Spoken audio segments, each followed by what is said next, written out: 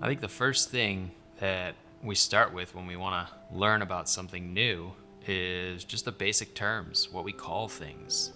That way we can communicate with other enthusiasts, whether it's cars or watches. If we can describe the things that are a part of that item, then we can communicate a lot better with other enthusiasts or watchmakers, mechanics, whoever you're trying to communicate with. So knowing the difference between a dial or a case or a crown or the stem of a watch, pretty basic things, but once you get that, you can communicate a lot better with your watchmaker, or you can go from there and learn even more, get deep into the movements and mechanisms of watches and learn all those components too. But having a good understanding of what we call the exterior parts of the watch is a great foundation for being able to enjoy watchmaking at a little deeper level.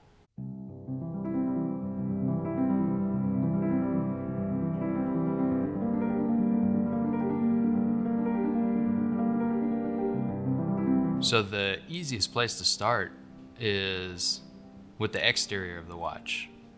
The components that, as a user of a watch, we're interacting with every day.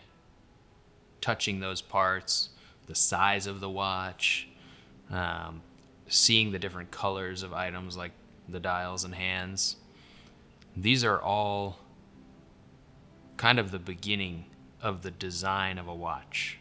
Where we fall in love with a watch is usually based on the looks. And so when describing the components of the watch, it's helpful to know the correct terms. So we'll start with the outside and kind of work inside a little bit, but not too much on this episode. We're mainly going to focus on the exterior components of the watch, kind of the collector-facing components. So that would be the case. And the case is actually made up of a few different pieces, depending on how complex the case of the watch is and what kind of design and style it is. But in general, you're going to have 3 case parts that we kind of describe the watch using. And that's going to be the case middle, which is the main body of the case. Then you're going to have the bezel. The bezel is the top ring on the front of the watch, the top metal ring around the dial and where the glass is fixed. Now, some companies will call this a top ring instead of a bezel. Those terms are kind of interchangeable. However, when you start getting into something like a dive watch, it's almost always referred to as a bezel because it is in fact a separate piece that rotates. On a dive watch, you'll have something known as a rotating bezel. And this bezel for a dive watch will typically rotate in one direction, and it will not allow you to turn it back the other direction. Sometimes this bezel might actually be put inside of the watch and operated by a crown so that it's internal. We call those internal rotating bezels. When you have a simpler case design, sometimes the bezel doesn't actually move. And in other times, you'll have a bezel that is actually the same part as the case. They are together. But that part of the watch will always be referred to as a bezel or a top ring. Then on the bottom side, or the back of the watch, you're going to have the case back. And the case back is what covers up the movement side of the watch. And they can be solid case backs, where it's a solid piece of metal that you cannot see through. Or you could have a display case back, where you can see through into the movement. On the front of the watch, you're going to have some kind of glass as well. It could be sapphire, mineral crystal, or plexiglass, but you will have some sort of clear material so that you can view the time. And when you're talking about the time and how you actually read the time, that's when you get into the dial of the watch.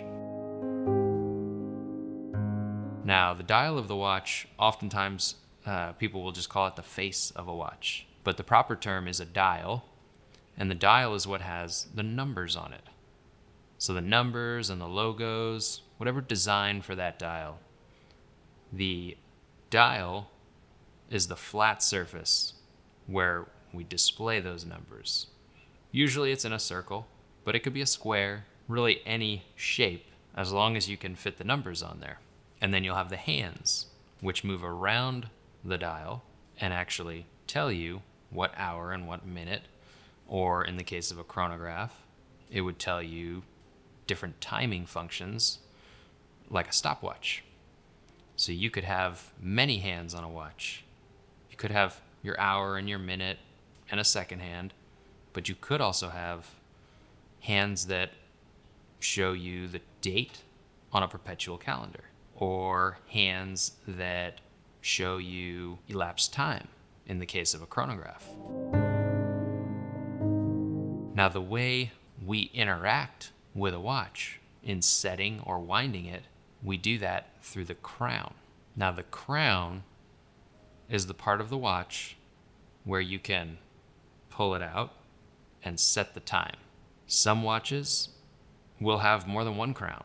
Some watches might also have pushers, which are buttons for a chronograph or for correcting dates, things like that, for extending the setting mechanism of the watch into other features like those buttons. Now, the crown is an exterior component on the watch. It's going to be made of some sort of stainless steel or titanium, possibly a precious metal, but it's going to be something that can handle being on the exterior of a watch, because it's the outside. It's part of a complete case in order to make it watertight. Now, that crown attaches to the stem, and the stem is a movement part.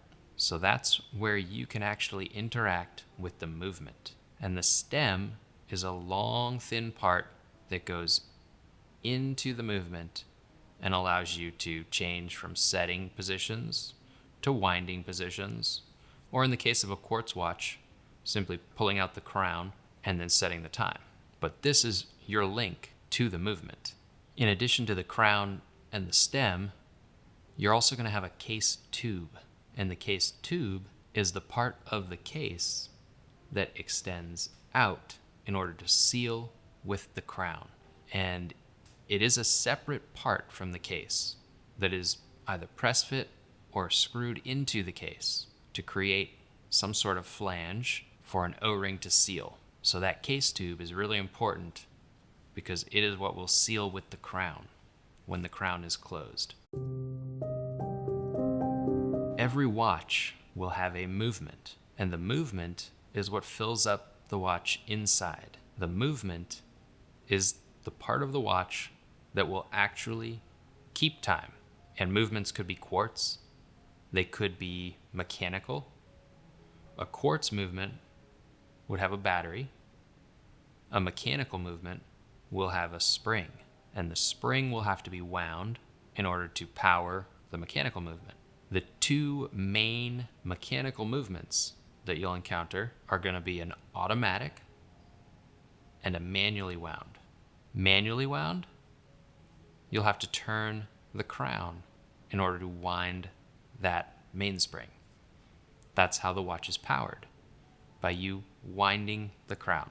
In an automatic watch, you'll have an additional part that, depending on the watch, you may or may not be able to see this part through a display caseback, but it will be there if you have an automatic watch. And that part is called an oscillating weight. Some people call them rotors, but the proper term is an oscillating weight. And this weight moves around the back of the watch when you move your wrist, and it will slowly wind your watch up or keep it wound. It's not really designed to take a watch from unwound to fully wound while on your wrist, because that takes about 8 hours depending on the movement. So ideally, with a mechanical automatic watch, you'll still wind it when you put it on, but if you continually wear it, it will keep itself fully wound. And again, that will have a mainspring where the power is stored. And inside the watch, you will have a movement ring. Now, the movement ring is what centers the movement inside of the case and securely attaches the movement to the case in a safe manner that doesn't damage any of the movement in the case that there are any shocks. Another really cool part of a watch that we get to interact with regularly and sometimes even modify is the strap. Now, watches will have straps or bracelets.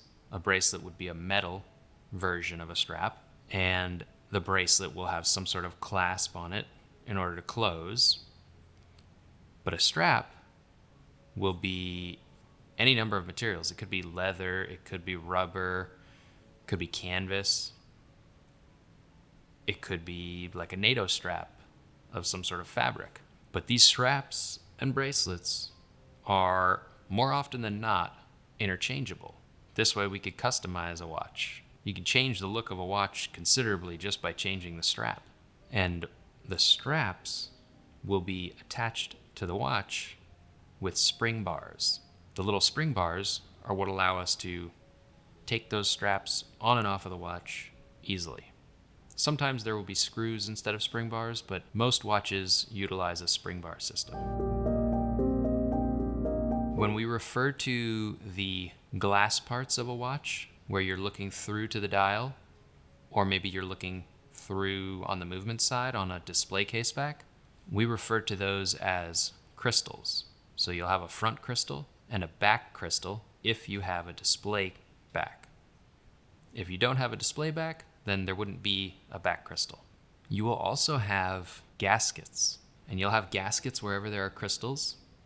And also if you have bezels that are pressed onto a watch, you'll have a gasket there. You'll also have O-ring gaskets, and the O-rings typically are found in the crown and the caseback, while you have a Teflon gasket where the crystals seal.